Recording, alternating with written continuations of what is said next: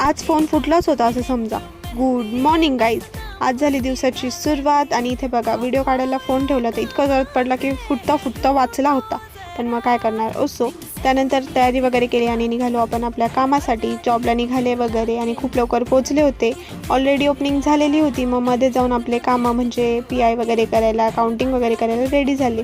माझे आता 84 म्हणजे आजचा 85 डे कंप्लीट झाला आहे. मला सांगा ब्लॉग कंटिन्यू करू की आता स्टॉप करू.